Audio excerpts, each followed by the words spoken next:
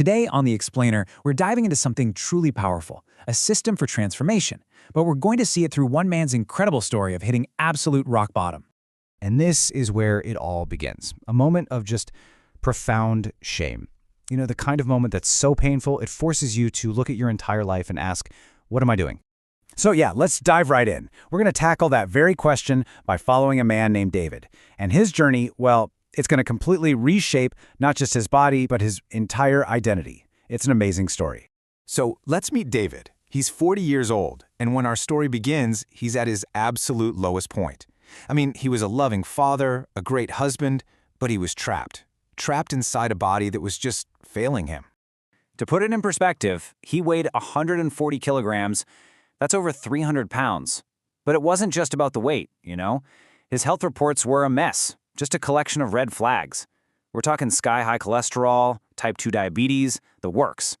And the day-to-day stuff? It was becoming impossible. He was too breathless to walk with his wife. He had zero energy to play with his kids. Even tying his own shoelaces was a struggle. But the real gut punch, the thing that truly haunted him, was knowing he was failing his family. His 7-year-old daughter, she just stopped asking him to play. Think about that. She just accepted that her dad couldn't. And then, the breaking point. The moment that changed absolutely everything. He was just trying to get a ball for his 9-year-old son when he stumbled and fell. And he didn't trip, you know. It was just weakness. He couldn't get back up on his own. The humiliation of his son seeing him like that, helpless on the ground, that was it. That was the catalyst. That night, he knew something had to change, for real this time. So, completely desperate, David reached out for help. A friend referred him to this, well, a very unique kind of doctor. This guy didn't write prescriptions for pills or hand out extreme diets. Nope. He prescribed philosophies. And this first question from the doctor, it just hit David like a ton of bricks. It made him realize he'd spent decades creating this version of himself, but he expected to fix it all in a few months. So, the doctor's first challenge? It was almost shockingly simple. For the next 2 weeks, he said, just drink 1 glass of water every single morning. That's it. Change nothing else. Now, what's so clever about this is that the doctor's goal wasn't weight loss. Not yet, anyway. It was just about getting David to keep a single, simple promise to himself. And this brings us to the very first philosophy, Kaizen. The whole idea here is that massive change doesn't happen with these giant, heroic leaps. It comes from tiny, consistent 1% improvements, day after day. And that 1 glass of water, it became what we call a keystone habit. It was the one small domino that starts a chain reaction. It was the small win David desperately needed to prove to himself, hey, maybe I can do this. This was the foundation for everything else. Okay, so building on that tiny bit of success, the doctor gave David his next challenge. Eat half portions of your meals. Simple enough, right? But there was a twist. He had to wait 20 minutes before he could even think about going for seconds. And this introduced him to the second philosophy, Hara Hachi Bu. The logic behind this is so simple, but it's also kind of profound. See, it takes about 20 minutes for your stomach to send the, hey, I'm full signal to your brain. By just pausing, David gave his body a chance to catch up. He wasn't using willpower. He was just listening to his body. And with just that one tiny change, he lost his first 3 kilos. The journey was officially on. So, David was starting to make real progress. But the next challenge wasn't about what he was eating. It was about getting him to move again. One tiny, tiny step at a time. The doctor didn't tell him, all right, go hit the gym for an hour every day. Nope. He just said, walk to your mailbox and back. It sounds almost laughably small, doesn't it? But David did it. And then something really special happened. His little girl, seeing her dad actually moving again, asked if she could join him. And those tiny walks to the mailbox, they turned into these cherished moments of connection for them. Then, during one of their check-ins, the doctor asked him a really important question. He said, David, why are you really doing this? And that question led him to discover the third and maybe the most crucial philosophy of all, Ikigai. It's a Japanese concept that basically means your reason for being. And this is so important, because David realized his goal wasn't just about losing weight. That wasn't the real why.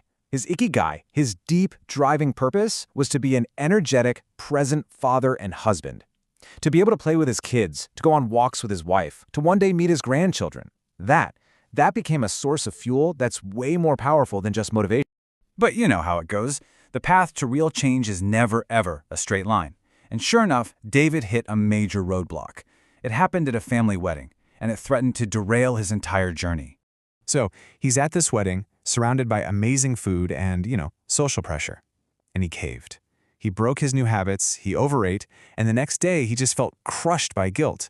He actually called his doctor in a total panic, saying, "I've ruined everything, I'm a complete failure." He was right there on the verge of giving up. But the doctor didn't get angry or scold him. Instead, he introduced David to the fourth philosophy, wabi-sabi. He explained that life isn't perfect, progress isn't perfect. One bad day, one mistake, it doesn't just erase months and months of hard work. Wabi-sabi is all about accepting imperfection and even finding beauty in things that are a little flawed, a little incomplete, like the journey itself. And this really gets to the heart of why so many of us give up on our goals. The real enemy isn't making a mistake. It's perfectionism. It's that all-or-nothing thinking that tells you if you mess up once, you might as well quit. But the real goal, the only thing that matters, is consistency. It's about having the guts to just show up again tomorrow, especially after you've stumbled. Which leads us right into the final and most powerful philosophy, Gambaru. This is the spirit of just toughing it out. It means to persevere, to do your absolute best, and to never, ever give up, especially when things get hard. It's that commitment to just get back to your core habits, that glass of water, that walk to the mailbox, no matter how many times you fall down. So now, armed with this totally new mindset that it's okay to be imperfect, that it's part of the process, David's transformation really started to pick up steam. He wasn't just changing on the outside anymore, he was changing from the inside out. And I mean the results, they really speak for themselves. In a year and a half, he lost 52 kilograms. That's over 114 pounds. But honestly, the more important change was in how he saw himself. When he looked in the mirror, he didn't see a failure anymore.